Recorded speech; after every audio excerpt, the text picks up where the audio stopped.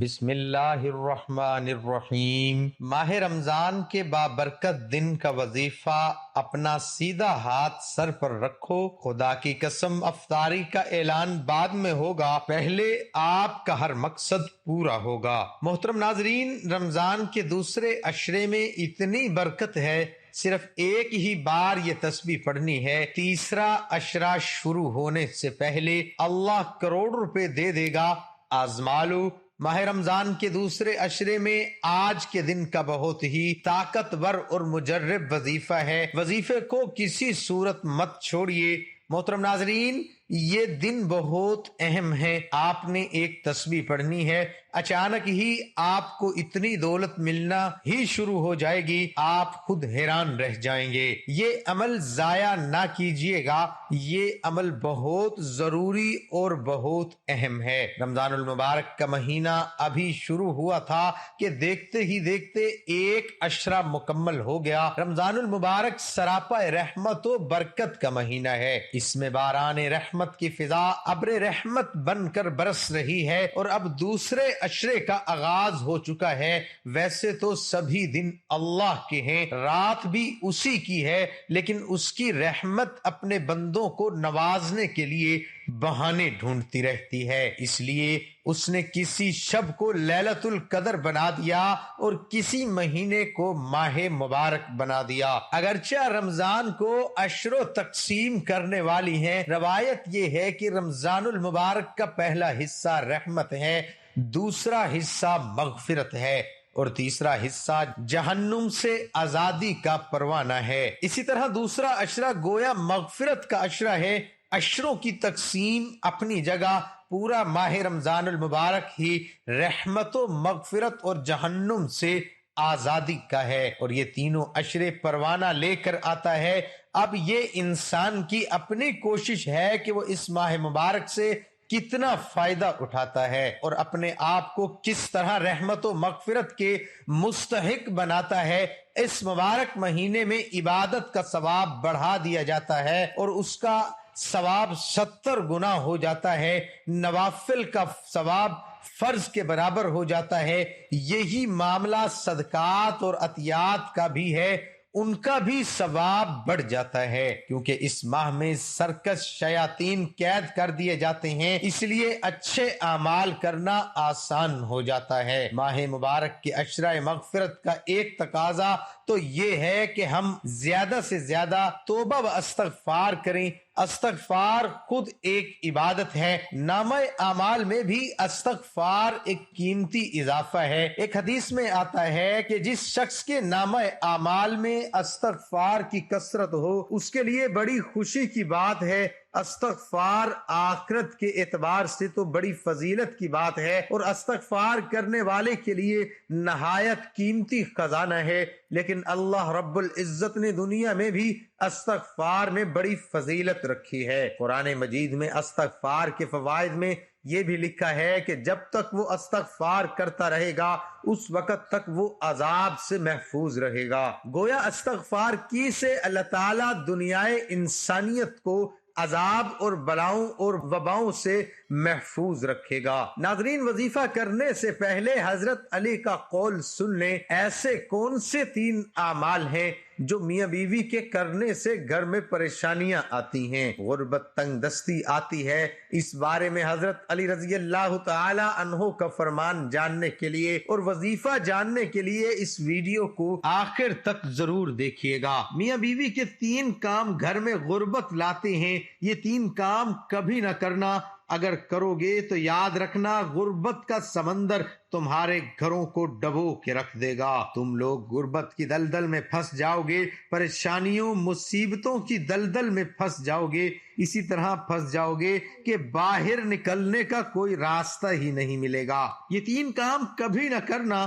آخر وہ 3 کام کون سے ہیں جن کے کرنے سے انسان تنگ ہو جاتا ہے؟ انسان مصیبتوں میں، مختلف بیماریوں میں مبتلا رہتا ہے۔ سونے کی اینٹوں سے بنایا گیا گھر جہنم کے گڑھوں میں سے گڑھا بن جاتا ہے۔ آخر میاں بیوی کے وہ 3 کام کون سے ہیں؟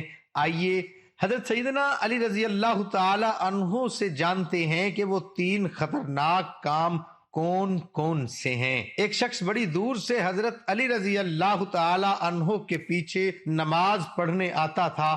ایک مرتبہ وہ اچانک غائب ہو گیا، اچانک کہیں چلا گیا اور یہ معلوم نہیں کہاں گیا۔ کچھ دن بعد حضرت علی رضی اللہ تعالی عنہ کہیں لمبے سفر کو گئے، واپس پر آپ تھکے ہوئے تھے۔ آپ رضی اللہ تعالی عنہ نے ایک گھر دیکھا، گھر کی ایک دیوار تھی، اس راستے پر آپ رضی اللہ تعالی عنہ گھوڑے سے نیچے اترے، سواری سے نیچے اترے، دیوار کے ساتھ ٹیک لگا کر بیٹھ گئے۔ جیسے ہی آپ رضی اللہ تعالی عنہ کی دیوار کے ساتھ ٹیک لگا کر بیٹھے، آپ رضی اللہ تعالی عنہ نے سنا اس گھر سے ایک عورت کے رونے کی آواز آ رہی ہے۔ اس کا شوہر اسے مارتا چلا جا رہا ہے، ڈانٹتا چلا جا رہا ہے، گالی گلوچ کر رہا ہے، تانے دے رہا ہے کہ او بدبخت، جب سے تو میرے گھر میں آئی ہے میں غریب ہو گیا ہوں، جب سے تم میرے گھر میں آئی ہے تنگیوں کو ساتھ لے کر آئی ہے، پریشانیوں کو ساتھ لے کر آئی ہے۔ امیری کے جنازے نکل گئے، غربت عروج پر آ گئی، میرے لیے قیامت بن کر آئی تھی، تو میرے لیے عذاب بن کر آئی تھی۔ بیوی آگے سے رو رہی ہے۔ حضرت علی رضی اللہ تعالی عنہ نے جب سنا، آپ رضی اللہ تعالی عنہ اٹھے، ان کے گھر کا دروازہ کھٹکھٹایا، وہ شخص باہر نکلا، دیکھ کر پتا چلا کہ یہ اس شخص کا گھر ہے جو میرے پیچھے نماز پڑھتا تھا اور وہ اچانک غائب ہو گیا تھا۔ حضرت علی رضی اللہ تعالی عنہ نے فرمایا اپنی بیوی کو لے کر آؤ۔ اس کی بیوی آ گئی، دونوں سامنے کھڑے ہیں کہ حضرت علی رضی اللہ تعالی عنہ نے فرمایا یہ بتا کہ بیوی کو کیوں ڈانٹ رہا ہے، بیوی کو کیوں رلا رہا ہے؟ اس نے کہا یا علی، یہ بدبخت جب سے میرے گھر میں آئی ہے دوسری عورتیں بچے جنم دیتی ہیں، بچے پیدا کرتی ہیں، جس نے غربت پیدا کی ہے دوسری عورتیں بیٹیاں پیدا کرتی ہیں، رحمت پیدا کرتی ہیں، نعمت پیدا کرتی ہیں۔ اس نے میرے لیے زوال پیدا کیا، اس نے میرے لیے غربت کو پیدا کیا۔ جب سے یہ آئی ہے رزق کے تمام دروازے بند کر دیے گئے ہیں، میں تو دن بدن غریب تر ہوتا چلا جا رہا ہوں۔ اب حضرت علی رضی اللہ تعالی عنہ نے اس کی بیوی سے پوچھا ایک بات بتا، یہ شخص کب سے تجھے ڈانٹ رہا ہے، کب سے تجھے مار رہا ہے؟ یہ سن کر وہ رونے لگی، عورت کی آنکھوں سے بے ساختہ آنسو نکل گئے اور عورت رو کر کہنے لگی یا امیر المؤمنین، جب سے میں اس گھر میں آئی ہوں مجھے ایسا لگتا ہے کہ میں گھر میں نہیں آئی، میں جہنم میں آئی ہوں۔ مجھے ایسا لگتا ہے جیسے جیتے جی اللہ نے مجھے جہنم میں پھینک دیا ہو۔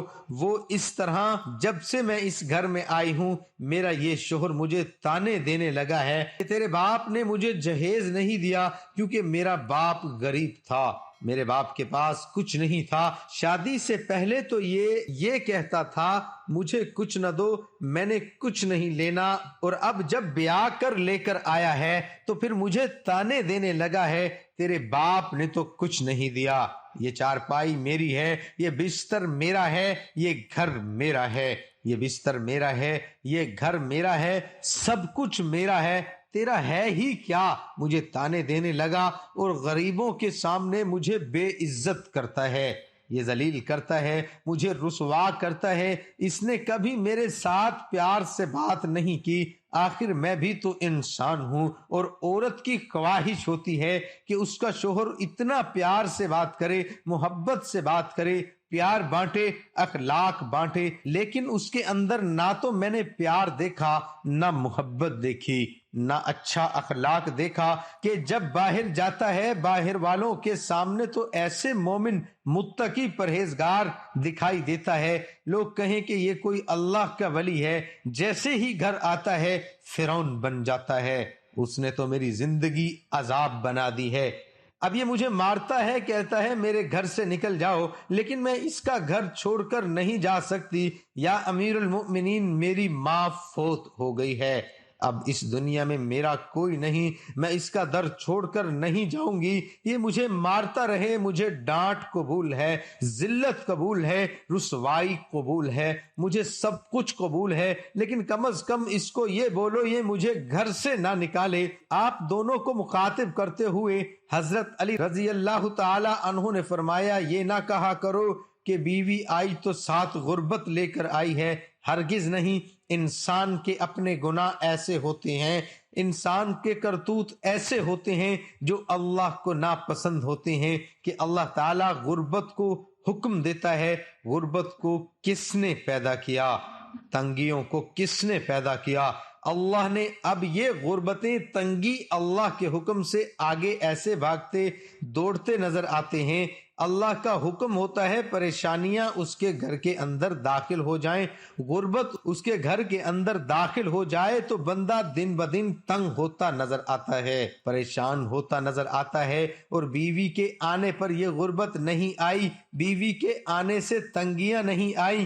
انسان کے اپنے گناہ ہوتے ہیں جو اللہ کو ناپسند ہوتے ہیں، اور اللہ تعالیٰ انہیں آزمائش میں ڈالنے کے لیے غربت، پریشانیاں ان کے گھر بھیج دیتے ہیں۔ حضرت علی رضی اللہ تعالی عنہ نے فرمایا، میاں بیوی کے 3 کام گھر میں غربت لاتے ہیں، یہ 3 کام کبھی بھول کر بھی نہ کرنا۔ دونوں نے پوچھا، یا علی وہ 3 خطرناک کام کون کون سے ہیں؟ حضرت علی رضی اللہ تعالی عنہ نے فرمایا، پہلا کام بیوی کو گالیاں دینا۔ جو شخص بیوی کو گالیاں دیتا ہے اس سے بڑا عذاب کیا ہوگا۔ گالیاں دینا نیکیوں کو اس طرح کھاتا ہے جس طرح آگ لکڑی کو کھاتی ہے۔ اپنی نیکیاں ضائع نہ کرو۔ نمبر 2، ہر وقت گھڑی ہر لمحے ایک دوسرے سے تلخ لہجہ اپناتے رہنا، یہ عمل بھی غربت کا سبب بنتا ہے۔ اچھا سوچنے کی بجائے غلط سوچنا، اللہ کے حضور جھکنے کی بجائے ایک دوسرے کو تانا دیتے ہوئے وقت برباد کر دینا، ایسا کرنے سے گھر میں غربت آتی ہے، رزق کے دروازے بند کر دیے جاتے ہیں، رحمت کے فرشتے ایسے گھر میں نہیں آتے۔ نمبر 3، شیطان کو راضی کرنا، یہ کام بھی غربت کا سبب بنتا ہے۔ جو شخص رحمان کو ناراض کرتا ہے شیطان کو راضی کرتا ہے۔ بیوی کو مارنا ڈانٹنا، یہ تم رحمان کو راضی کر کے شیطان کو راضی کر رہے ہو، اور رب ناراض ہے تو پھر ہم تمہارے گھر میں کیسے آئیں گے؟ یہ 3 کام کبھی نہ کرنا، اور کرو گے تو یاد رکھنا غربت کی دلدل میں پھنس جاؤ گے۔ اللہ تعالی ہمیں ایسے عمل کرنے سے بچائے، نیک عمل کرنے اور دین کی سمجھ نصیب فرمائے، آمین ثم آمین۔ اب چلتے ہیں وظیفے کی جانب۔ آج کے دن کا یہ خاص عمل لے کر حاضر ہوا ہوں، انشاءاللہ اس عمل کی برکت سے اللہ پاک آپ کے اوپر خصوصی رحمت کریں گے، آپ کو بے پناہ دولت سے نوازیں گے۔ آپ کے جو بھی مسائل ہیں دولت کو لے کر، آپ نے اپنا گھر لینا ہے یا آپ یہ چاہتے ہیں کہ میرا عالی شان گھر ہو، انشاءاللہ اس عمل کی برکت سے اللہ پاک آپ کو گھر سے بھی نوازیں گے۔ آپ کے پاس پیسوں کی کمی ہے، آپ نے کسی کا قرض دینا ہے، آپ پریشان ہو چکے ہیں، آپ کے پاس پیسے ہوتے ہیں لیکن پورے ہوتے ہیں، آپ نے گھر کا خرچہ بھی چلانا ہے، آپ اس پریشانی میں ہو، پتہ نہیں اب قرض کیسے اترے گا، انشاءاللہ اس عمل کو کر لیجئے، آپ کا قرض بھی اتر جائے گا، راستے کی رکاوٹیں بندشیں ہٹ جائیں گی، کامیابی مقدر ہو جائے گی۔ رب کی رضا کے بغیر دنیا میں موجود ایک پتا بھی نہیں ہل سکتا، اس لیے جو بندہ اپنی کوئی بات منوانا چاہتا ہے، مہارت کو پورا کروانا چاہتا ہے، جو رب کعبہ کی رحمتوں برکتوں سے مالا مال ہونا چاہتا ہے، وہ آج کے دن دنیا کے تمام کام چھوڑ کر رب کعبہ کی یہ تسبیح پڑھ کر دیکھے۔ ماہ رمضان کے دوسرے عشرے میں یہ خاص وظیفہ لاپرواہی میں چھوڑ دیا تو مغفرت کا عشرہ بھی ہاتھ سے نکل جائے گا۔ اللہ والو، یہ بڑی قبولیت کے دن ہیں، یہ سال میں ایک بار آتے ہیں، اور جو بندہ آج کے دن ان خاص قبولیت کی گھڑیوں میں مغفرت کے عشرے میں در کا بھکاری اور فقیر بن کر بیٹھ کر مانگ لیتا ہے، میرا رب ہر مقصد میں کامیابی عطا فرما دیتا ہے۔ اللہ والو، اس وظیفے کی فضیلت و برکت اتنی زیادہ ہے کہ یہ ہر حاجت کو غیبی خزانوں سے پورا کرتا ہے۔ یہ ایسا مجرب وظیفہ ہے کہ جن لوگوں کے کام نہیں ہو رہے، جو سمجھتے ہیں کہ وہ کبھی بھی کامیاب ہو نہیں سکتے، جن کی دعائیں قبول نہیں ہوتی، جو رزق کی تلاش میں مارے پھر رہے ہیں، دنیا کے تمام کام چھوڑتے ہوئے آج کے دن کا یہ خاص وظیفہ کیجئے، ہر حاجت پوری ہو جائے گی۔ آپ کے گھر کے حالات بدل جائیں گے، بے سکونی بے برکتی کا خاتمہ ہو جائے گا، جو سالوں سے نہیں مل سکا ایک دن کے اندر مل جائے گا۔ یہ رمضان کا مہینہ ہے، یہ وہ مہینہ ہے جس میں رزق کے دروازے کھول دیے جاتے ہیں، جس میں ہر بندے کا رزق وسیع کر دیا جاتا ہے۔ اگر آپ میں سے کوئی بے روزگار ہے، شرطیہ وظیفہ ہے، ایک بار یہ وظیفہ لازمی پڑھنا ہے، بے روزگاری کا خاتمہ ہو جائے گا، بے اولاد ہو بے اولادی کا خاتمہ ہو جائے گا، نظر بد، حسد، جادو جنات کی وجہ سے پریشان ہو، انشاءاللہ جادو جنات بھی جاتے رہیں گے۔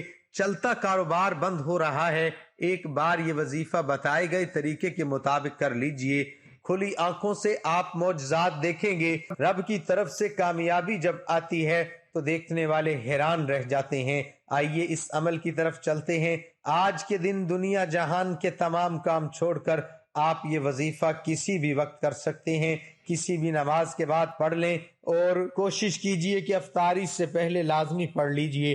باوضو مصلی پر بیٹھ کر نبی کریم صلی اللہ علیہ وسلم کی ذات پر 3 بار، 7 بار یا 11 بار درود پاک پڑھیں۔ ناظرین، سب سے پہلے میرے اللہ کا حکم ہے وہ سن۔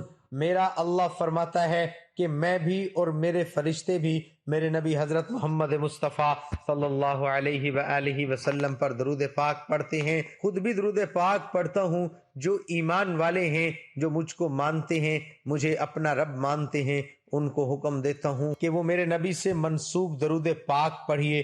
محترم ناظرین، درود پاک رب العزت کا ایسا عمل ہے، جو انسان اس کو پڑھنا شروع کر دیتے ہیں تو دائیں کندھے والے فرشتے اس کا ثواب لکھنا شروع کر دیتے ہیں، اور بائیں کندھے والے فرشتے اس کے جو گناہ ہیں اس کو مٹانا شروع کر دیتے ہیں۔ یہ ایسا عمل ہے کہ دونوں فرشتوں ڈیوٹیاں لگ جاتی ہیں، دونوں فرشتے جو ہیں وہ کام پر لگ جاتے ہیں، حالانکہ بائیں کندھے والا فرشتہ ہے، اس کا کام تو گناہ لکھنا ہے، لیکن بندہ درود شریف پڑھتا ہے تو بائیں کندھے والے فرشتے ہیں وہ بھی مصروف ہو جاتا ہے، وہ گناہوں کو مٹانا شروع کر دیتا ہے۔ ایسی برکت ہے۔ باقی درود پاک کی کثرت کیا کریں۔ جب ہم ویڈیوز میں درود پاک پڑھتے ہیں تو کوشش کیا کریں ہمارے ساتھ بھی درود پاک پڑھا کریں، کیونکہ یہ ایسی عبادت ہے جس کی قبولیت میں کوئی شک نہیں۔ اگر آپ اللہ کے نام کا وظیفہ کریں گے، اللہ سے دعا مانگیں گے، حج کریں گے، زکوٰۃ ادا کریں گے، نماز پڑھیں گے، اس کی قبولیت کی کوئی گارنٹی نہیں ہے، لیکن درود پاک ایک واحد عبادت ہے۔ اس لیے ناظرین، اللہ پاک سے گڑ گڑا کر مانگا کریں، کوشش کریں درود شریف کی کثرت زیادہ سے زیادہ کریں۔ درود پاک پڑھتے ہی اپنے مقصد کو ذہن میں رکھیے، یہ وظیفہ خاص اور دولت کا وظیفہ ہے، گھر سے لڑائی جھگڑے، بے سکونی، بے برکتی کے خاتمے کا وظیفہ ہے۔ یہ ایک ایسا وظیفہ ہے جو فرشتوں کو بھی کھینچ کر لا سکتا ہے۔ اگر آپ رشتوں کو مدد کے لیے بلانا چاہتے ہیں تو یہ وظیفہ بہت ہی بہترین ہے۔ یا ربک الحمد، اس دعا کو آپ نے 113 مرتبہ پڑھنا ہے۔ محترم ناظرین، یہ وظیفہ بہت ہی مجرب ہے۔ اس دعا کو پڑھ لو، رب کو راضی کر لو اور اپنے گناہوں سے سچے دل سے توبہ کر لو۔ جیسے ہی سچی توبہ قبول ہو جائے، اللہ پاک کی رحمت سے وہ شخص اتنا مالا مال ہو جائے گا، اس کے سر پر لاکھوں کا قرضہ بھی کیوں نہ ہو، منٹوں میں اتر جائے گا۔ اس کے بعد آپ نے اللہ پاک سے دعا بھی کرنی ہے کہ اللہ میری مشکلیں دور کر دے، میری زندگی میں آسانیاں آ جائیں۔ اللہ جس مقصد کے لیے میں نے یہ وظیفہ کیا وہ مقصد میرا پورا ہو جائے۔ حاجت کا نام بھی لے سکتے ہو، یا اللہ مجھے کاروبار میں ترقی عطا فرما، یا اللہ میری غریبی دور کر دے، یا اللہ مجھے اولاد سے نواز دے۔ جو بھی آپ کا مسئلہ ہے، یہ میں نے مثال دی ہے، آپ نے دعا میں بیان کر لینا ہے۔ انشاءاللہ اللہ پاک آپ کو عطا کریں گے۔ اللہ پاک کے خزانوں میں کمی نہیں ہے، جس کو چاہیں جو عطا کر دے، یہ اللہ پاک کی عطا ہے۔ اس کے بعد اجازت عام ہے، کوئی بھی میرا بھائی بہن بیٹی اس عمل کو کر سکتی ہے، اس میں کوئی پابندی نہیں ہے، اور آپ کو ثواب بھی ملتا ہے۔ جب آپ عربی کلمات پڑھتے ہو، اس کے بعد ایک اہم بات، آپ نے اس عمل کو اپنے پیاروں کے ساتھ بھی شیئر کرنا ہے۔ جب آپ دوسروں کے ساتھ شیئر کرو گے، ان کی زندگی میں آسانیاں آئیں گی۔ اس عمل سے تو اللہ پاک آپ کی زندگی میں آسانیاں لائے گا، کیونکہ اللہ پاک فرماتے ہیں جو میرے بندوں کے لیے آسانیاں پیدا کرے گا، میں اس کے لیے آسانیاں پیدا کروں گا۔ تو میں نے اس عمل کو بڑی ہی اچھی طرح سمجھایا۔ آپ نے بھی اس عمل کو اچھی طرح سمجھ کر کرنا ہے تاکہ آپ کو فائدہ ہو سکے۔ تو اب تک کے لیے اتنا ہی۔ اللہ حافظ۔ السلام علیکم۔ ناظرین، کمنٹ باکس میں اللہ کے 99 ناموں میں سے ایک نام ضرور ٹائپ کریں۔